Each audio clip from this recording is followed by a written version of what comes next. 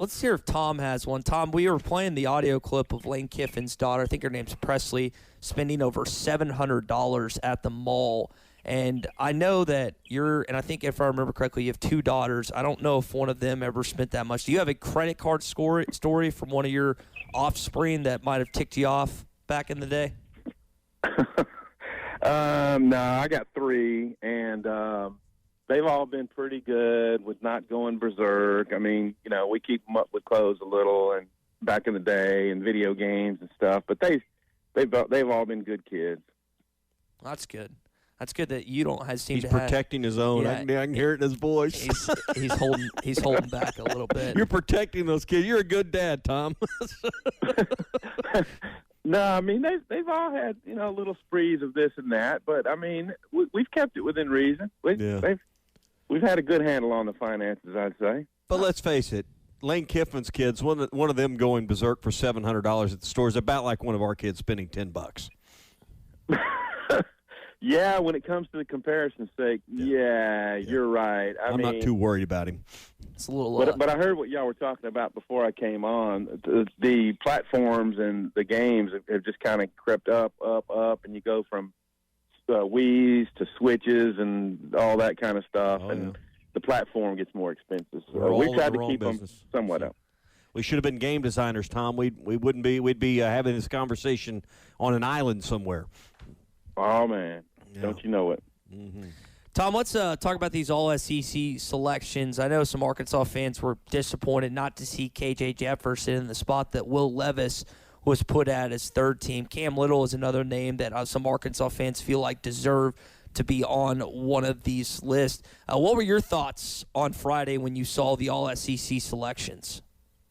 Well, I mean, really not surprised at all. I mean, KJ, great production. He had a fantastic year. But Hendon Hooker, there's a lot more folks who cover Tennessee that were closer to Atlanta than Arkansas folks. So, I mean, this is just a media vote. And Will Levis at third team, the dude passed for a ton of yards. And when I heard the Kentucky folks talking about him, the way he spins it, like even through wind and stuff like that, he's got a great arm. So, we're talking about a pro-style QB versus KJ. So if KJ wants to use that for fuel, more power to him. I went with that storyline some last year because he was rated 14th, which I thought was absurd. And he proved that, he was way, way better than the 14th best starting quarterback. This year, you could argue he's somewhere around 3, 4, something like that. And I hope he uses it for motivation. As far as kickers, I mean, Will Reichert for Alabama, I think he had a perfect field goal year or a perfect kicking year altogether, either last year or the year before. So he's a really good one. Anders Carlson, Auburn, I think you could compare Cam Little's range and consistency with Anders Carlson easily.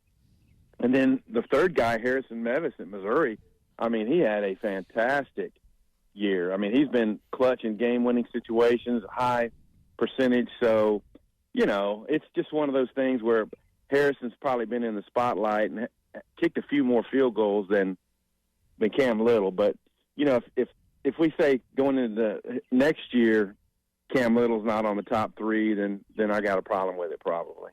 I know you were in Atlanta and probably didn't get to watch as much of the SEC Now coverage, and Tebow and Jordan Rodgers and some of these guys on there, and I thought they kept coming back to the point because all of these top 5 list of quarterbacks they kept making up early in the week last week and giving their opinions varied so much. And I think the reality is, Tom, that really from number 2 to about number 7 or 8 in this league in quarterbacks is pretty razor thin on the difference. And if KJ is going to be number 2 or 3 when the season's over, it's going to come down to can he pick up where he left off and then continue to improve with the passing game.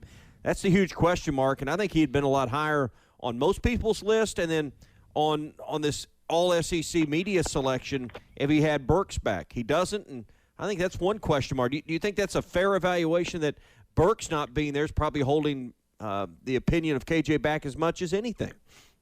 Well, I mean, and completely, and of course everything is subjective. I didn't see any of the coverage other than the that Tebow didn't have him in his top 5. Right. But I think you're right. And team success is going to have a lot to do with how highly valued these quarterbacks are. That's why KJ had such a great year.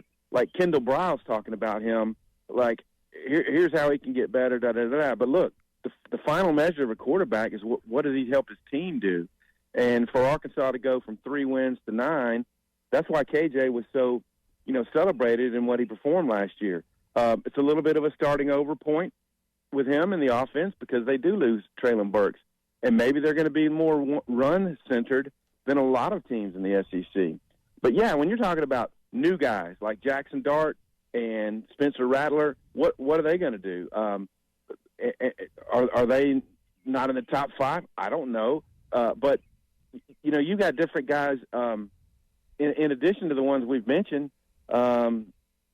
you've got guys at other teams. Will Rogers, like the dude passed probably for more yards than anybody in the conference last year. But how he's viewed is going to be, how well does Mississippi State play? LSU. They who knows will it be Daniels? Will it be Brennan? Not quite proven either guy so far on the SEC stage.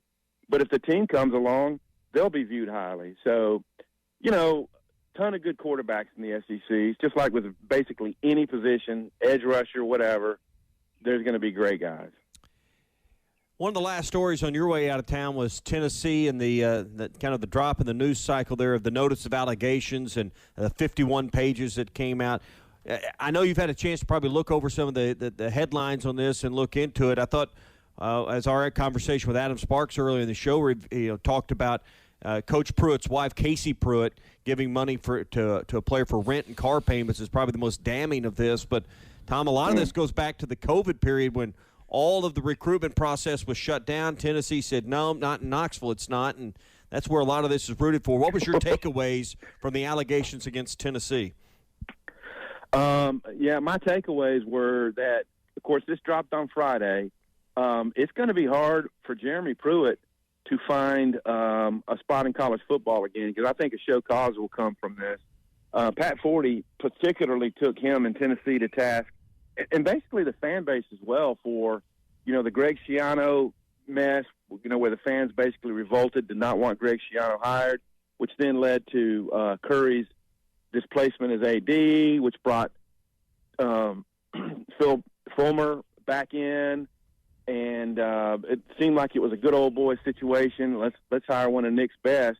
Well, it turns out that Pruitt, wasn't one of Nick's best. Not only I thought he was a poor communicator with us, but obviously there was something going on in the program where they felt like they had to cut some corners. And when you read through what the SI.com folks, because Ross Dellinger covered it as well, what they talked about was the fact that they were recruiting during the COVID shutdown was about the most egregious of this because it was a clear competitive advantage. And, we've talked on this show numerous times about the NCAA and enforcement losing its teeth. But in this case, and the Tennessee folks were compliant. I mean, they did their own investigation. In this case, they came with some teeth. And I think it seems to me, reading through it, that bowl bans might be off the table because it punishes the current coach and players who had nothing to do with it. So it's probably going to be more loss of scholarship, which is going to make Josh Heupel and his staff have thinner margin for, making mistakes in recruiting. So they're going to feel the effects of it. I like Heupel. I like his presence. Their offense could be as fast as any in the country. But Jeremy Pruitt's in a heap of trouble. So, Tom, what is the proper way to go about deciding Tennessee's fate? I know Mark Emmert is going to be retired as of July 2023 or June 2023, but seeing these penalties, seeing these alleged things that the program has done wrong, what do you think is a justifiable response from the NCAA when they come to decide on this? Well, the way that Pat Forty and Dellinger wrote about it was that almost as if they, you trust their contacts, which include NCAA personnel or people in enforcement and, transition committee stuff, that that punishing the current team, which means bowl bans, that's a major, a major hit on your recruiting. But if you limit the number of players you can bring in, even though it hurts them, it's not an inducement like, hey, Tennessee can't play in the postseason. Don't go there. Well, they can still play in the postseason. It's just going to be harder. So I think it's going to involve scholarship reduction because there's really not a whole lot of other options. I mean, you can reduce, recruiting visits and things like that. And I think all those are in play. But, apparently, 18 major infractions and they're all level one. Yeah, that's tough. That's a good chunk of them. Tom, we've talked all football to this point, but we also got some Arkansas news, big-time Arkansas news, that Brady Slavin's announced that he's coming back to the Arkansas baseball team for this next season. I think it was a little unexpected for some that just expected him to move on. What is the designated hitter coming back to Fayetteville you think do for that lineup next year? Well, it gets you a guy that can be in the middle of your order, and it's a huge deal. I mean, I'm sure he got some free agent offers, but maybe they just weren't enough to compel him to, not come back for one more year. And I mean, he drove back down to Arkansas to talk to the coaches, and they want him. Arkansas could use another bat. I mean, you got Stovall, you got Diggs, you got a couple of other pieces, but to have a veteran of his caliber who's got big power numbers, he's just got to have a little bit more discipline at the plate. He went through a pretty big swoon in the middle of the season, but Dave Van Horn and Nate Thompson stuck with him. He had the huge hit that delivered the game winner in the Super Regional over North Carolina. And you've got to think that another year into it, if he can improve his plate discipline a little bit more, he can help himself and possibly get some pro money, next year. But if he can have his average around 280, 270, drive in 50-plus runs, have another 15, 16 home run season, those are huge numbers for a team that is going to be needing a veteran presence. And I think the fact that he didn't have a set position, like he wasn't a great right fielder, not a great first baseman, but good, maybe he can find his way onto the field a little bit more or just do it as a DH. Yeah, it's good to see Connor Nolan sign his deal with the Cubs over the weekend, and this gives you some more clarity on where the roster is headed moving forward.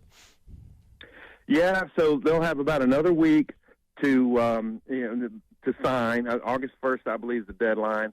So I feel like Dave Van Horn and his staff are probably 90+% sure on who's going to do what at this stage, and then whatever promises they've made with guys on percentage of scholarship and all that will start slotting in, and we'll see the roster come into focus. Tom, good stuff as always. We'll chat with you again on Thursday.